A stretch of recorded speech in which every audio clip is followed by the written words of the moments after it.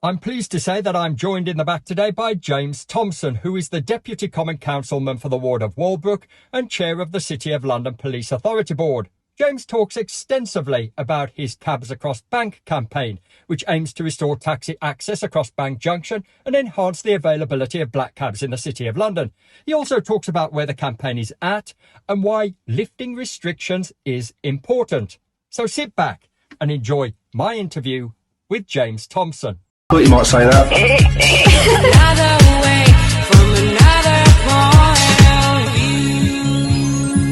London Taxi Radio, the cabby's choice.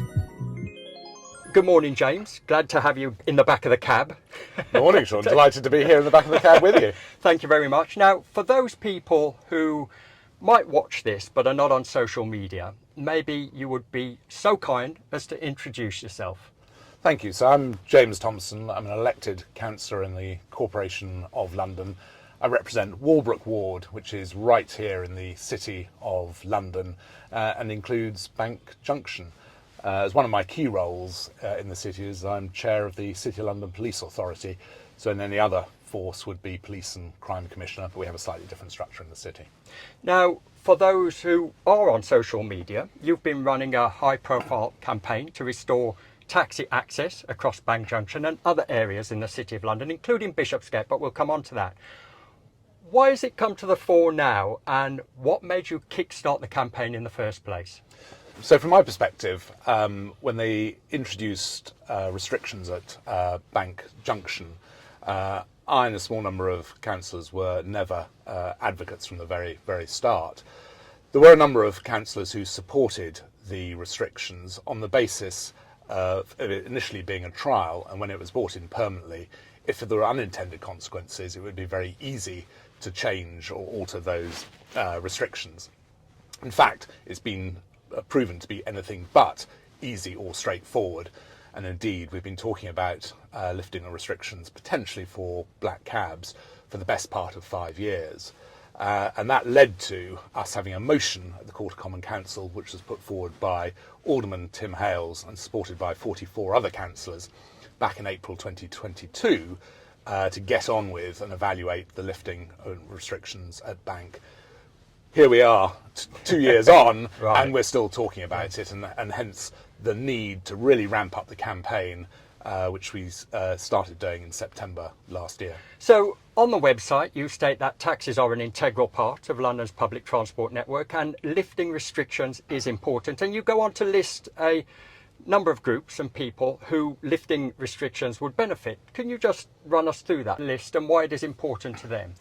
Yeah, so what I would start off by saying is some people think this is a campaign by the taxi trade. First and foremost, this is not a campaign by the taxi trade or for the taxi drivers themselves.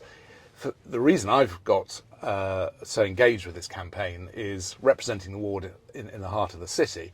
It's really clear that passengers, users of black cabs are unable to get cabs due to lack of availability. And that lack of availability is directly linked to the restrictions. The data show it, the feedback from drivers show it. But the groups that I are campaigning for are effectively city businesses who are absolutely reliant on taxis for short journeys getting in and around the city. When they have visitors coming from overseas, they have complaints that they're unable to get to or from businesses in the city. The case of one elderly owner of a financial services business in this ward who refuses to come into the city and will have all of her meetings in the West End. I think there's a real risk that business will relocate outside. It's also for the mobility challenged. I've had stories of people who have come out of events, whether they've got back pains, arthritic, wheelchairs, simply unable to get taxis. So on equality grounds, it's really important that taxi access is restored. I had the story of one lady who works for a city business who now finds it so difficult to get in or out of her business, previously relying on black cabs. She is thinking of getting a job elsewhere. That is just unacceptable. Yeah. It's also women's safety. One of the key priorities in the city is having a safe nighttime economy, tackling and preventing violence against women and girls. women don't feel safe if they come out of a business at night or have been out for a night out and they can't get a black taxi. And I've heard many stories of women who are not feeling safe as a result of it. And finally, the City of London is a huge visitor destination. It's full of iconic sites. It's part of the city's strategy, city destination strategy, to get people to come to the square mile. And black cabs are a really important part of bringing people into the square mile and taking them out. And it cuts across all of those ambitions, I think, of the Corporation of London. Well, you mentioned safety, women's safety in particular, and that's crucial to the campaign. I think we need to talk a little bit about safety in general, because otherwise we get accused of avoiding the elephant in the room, you could say. And the scheme was initially brought in on the back of safety. I think they even coined the phrase bank on safety. And it's inarguable, isn't it, that they needed to bring in some safety measures.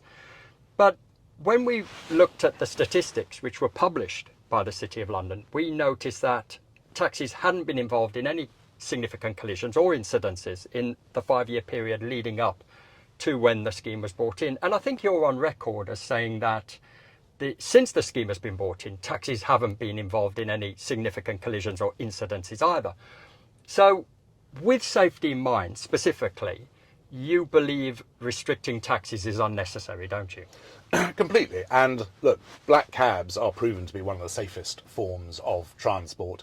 At the time bringing restrictions, there was some erroneous data which actually lumped in black cabs with the broader private hire trade. But I don't think in the last 10 years there's been any serious collision between black cabs in or around Bank Junction. To be clear, I do welcome actually a lot of the benefits that have been brought in around the Bank Junction, wider pavements, it's much safer for pedestrians, it creates a better environment, and it does encourage active transport. But I think the unintended consequence is, because of the restrictions there, black cabs avoid the whole of the sort of bank area and simply don't apply for hire. So I think banning cabs on safety grounds simply doesn't stack up. And actually, if the junction was to be lifted, it might not be through all limbs of Bank Junction. We've got Threadneedle Street anyway has been closed. Right. So actually, it's going to be a much safer layout in any case for when black cabs come back. I actually believe at the moment, because it is effectively just cycles and buses, when you look at the behaviour now of cyclists coming through Bank Junction, it probably creates as much of a hazard for pedestrians. And oddly, I think reintroducing black cabs will help temper some of the cycling behaviour and may well make it safer than it is now. Right. Now, you mentioned private hire, so maybe I could just get your opinion on this, because when we seek taxi access with local authorities, quite often the feedback from them is, well, if we permit taxis, they feel under pressure or obligated to also permit private hire. But that's not the case here, is it? You've been clear that the city has a deficit of taxis, and that doesn't include flooding the streets with private hire, does it? Completely, and it is absolutely about black cabs only. It's not about private hire. Indeed, we have seen some improvements, for instance, getting a taxi rank at the Ned Hotel. Now that taxis are able to access and rank up, we actually do get some cabs at the hotel. It doesn't solve the problems of them getting to other parts of the city, but prior to that, actually, what we were seeing is a lot of private hire vehicles coming in and parking up, and actually creating much more of a congestion and inconvenience than we've got today. So, no, be absolutely clear, this is black cabs only, not private hire. Now, if we can bring the campaign bang up to date, last week saw some progress, and I think several wards supported a motion to expedite a review into returning cabs back into Bank Junction. For those who are not overly familiar with the way the city works and its processes, what are ward motes, and what support did you get, and from whom? So the city has 25 wards, and it has one alderman and a number of common councillors who are the elected members for those wards. A ward mote is an annual meeting for the elected members together with voters to come and ask questions of their elected members. I approached 20 wards last week as to whether they would consider putting a motion forward to support the Cabs Across Bank campaign. And I'm pleased to say that we had 8 that had very full support, and out of 78, almost unanimous support from the voters present, all representing businesses across the business. There were 2 other wards who didn't take a formal motion, who were, I know, to be very supportive, and they did a sort of indicative show of hands. Out of the remaining, there were 4 of those who I knew wouldn't put a motion, in that they had members in there who are senior members within policy and resources or our planning and transport campaign, who at this point in time are perhaps not ready to commit to that decision. But I do know that across the elected members, I reckon I'm up to about 2/3 support from elected members to see restrictions lifted. Okay, brilliant. And I think we need to talk about TfL, because, correct me if I'm wrong here, but didn't TfL fund the initial modelling? I couldn't tell you about the funding, but TfL are have been very closely involved with the restrictions on Bank and indeed Bishopsgate. So what obstacles do TfL present? Because even though Bank Junction, we've got to be clear, Bank Junction and the surrounding streets are under the jurisdiction of the City of London. But what influence does TfL have, and what obstacles do they present? So TfL does have very significant influence over the key roads that go through the city. So effectively the arterial roads, particularly where there are bus routes. And in terms of getting restrictions lifted, not only do we need the City of London support to do so, we also have to persuade TfL that it is the right thing to do that. So part of the reason we've got the Cabs Across campaign is to try and gather the evidence, not just to support decision making within the City of London, but also to support TfL taking that decision to lift restrictions as well. Now, as part of that, it's not just about the campaign. There is traffic modelling that's going on around Bank Junction and elsewhere. My other reflection is I think the relationship between TfL and the corporation had drifted apart. And to be fair, it wasn't just around Bank Junction. We saw the 4 underground tubes closed on the weekend of Lord Mayor's show. And I think as a stakeholder, the Corporation of London was not being treated as a major stakeholder by TfL. I'm pleased to say, actually, one of the outcomes of the campaign is there are now regular meetings between senior leadership within the corporation and TfL. And I think there is definitely support for the direction of travel. Right. But we need to make sure we've got all of the evidence, both traffic modelling and the evidence that we've collected from Cabs Across Bank. And on the subject of TfL, Bishopsgate is a TfL road. Now, if you ask me, I think that stretch of road is the most ludicrous stretch of road in the whole of London. I think the way it's divvied up defies all kind of logic. It is also a critical route from one major transport hub, Liverpool Street, to another major transport hub, London Bridge, as well as London Bridge Hospital and Guy's Hospital. And it also prioritises one stretch of road above several other more intricate roads in the City of London. What wider impact does the restrictions on Bishopsgate have, and by extension London Bridge, on the surrounding area? So they're quite significant. And actually, when you look at journey times and therefore the cost of journeys from people, for instance, going from Liverpool Street across to London Bridge, you can see journey times which should be, quite frankly, probably closer to 10 minutes, taking 25 minutes. And probably fair to say that the cab fare is almost doubling from, what probably should have been a £10 fare, possibly slightly less, to something that's probably approaching £20. And again, I've had stories of people arriving into Liverpool Street seeking to go to London Bridge Hospital and missing meetings as a result of not being able to get there. I think the other unintended consequences, and you see it around the bank area as well as around Bishopsgate, actually it pushes a lot of traffic onto the sort of narrower streets, and it causes congestion. And one of the reasons that people suggest that the restrictions are good in these areas is to reduce pollution. In my view, I think it's having a counterproductive effect. When you look at some of the streets in and around, you've got high congestion, pollution, and indeed I think is making the environment on those surrounding roads much worse. Yes, I mean, I rarely work from London Bridge Station now because invariably they want to go into the city, and the circuitous route you were pushed around on, just by the end of it, nobody is happy. Absolutely nobody is happy. Well, look, I mean, from an emotional standpoint, I love the city. I've always felt that taxis and the City of London shared a kind of synergetic relationship. They go hand in glove. I love the prolificity, the ever-changing face of the city. But the historic connection there is something that really mattered to me, and it's a shame to see that taxis were restricted.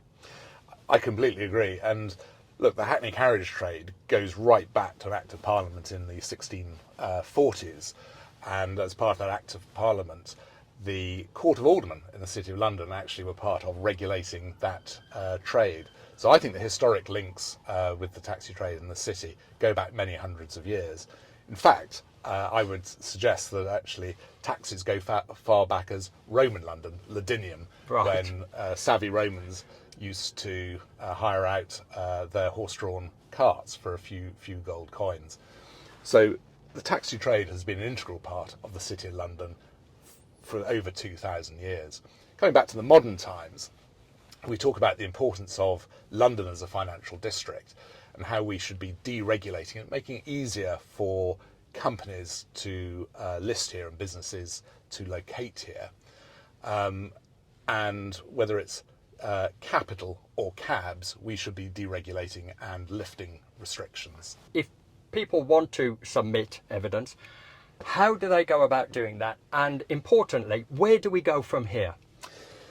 So it is really important. There is a Cabs Across Bank website, cabsacrossbank.london.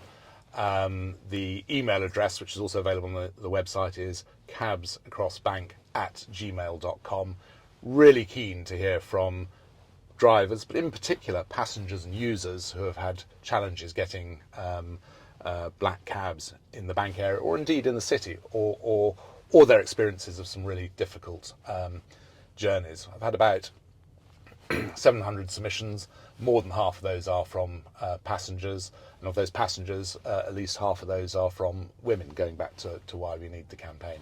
But please do encourage passengers and users to visit the website and submit evidence to support that. There is an ongoing consultation at the moment. I'm expecting a paper based on that study to go to the Streets and Walkways Committee, which is a subcommittee of Planning and Transport, in May, and then a week later for it to go to the Planning and Transport Committee to consider the options that are being proposed. Thereafter, it should go to the Court of Common Council in June, and if successful in terms of getting those restrictions lifted, I would expect to see those restrictions lifted by spring 2025. Brilliant. Thank you, James. Now, I don't pretend to speak for other cab drivers, but I'm grateful, and I'm sure they are, on their behalf, grateful for your tireless energy in this campaign, and hopefully it shows some results. That'd be great, wouldn't it? Thank you, Sean, and thank you for your support. Thank you for everyone who has supported across the trade.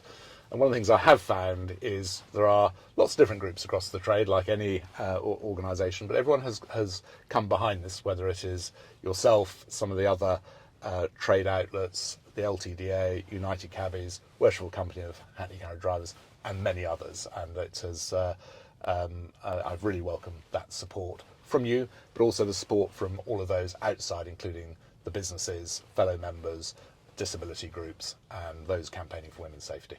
Brilliant. Thank you, James, and hopefully I'll see you soon. Thank you. Thought you might say that.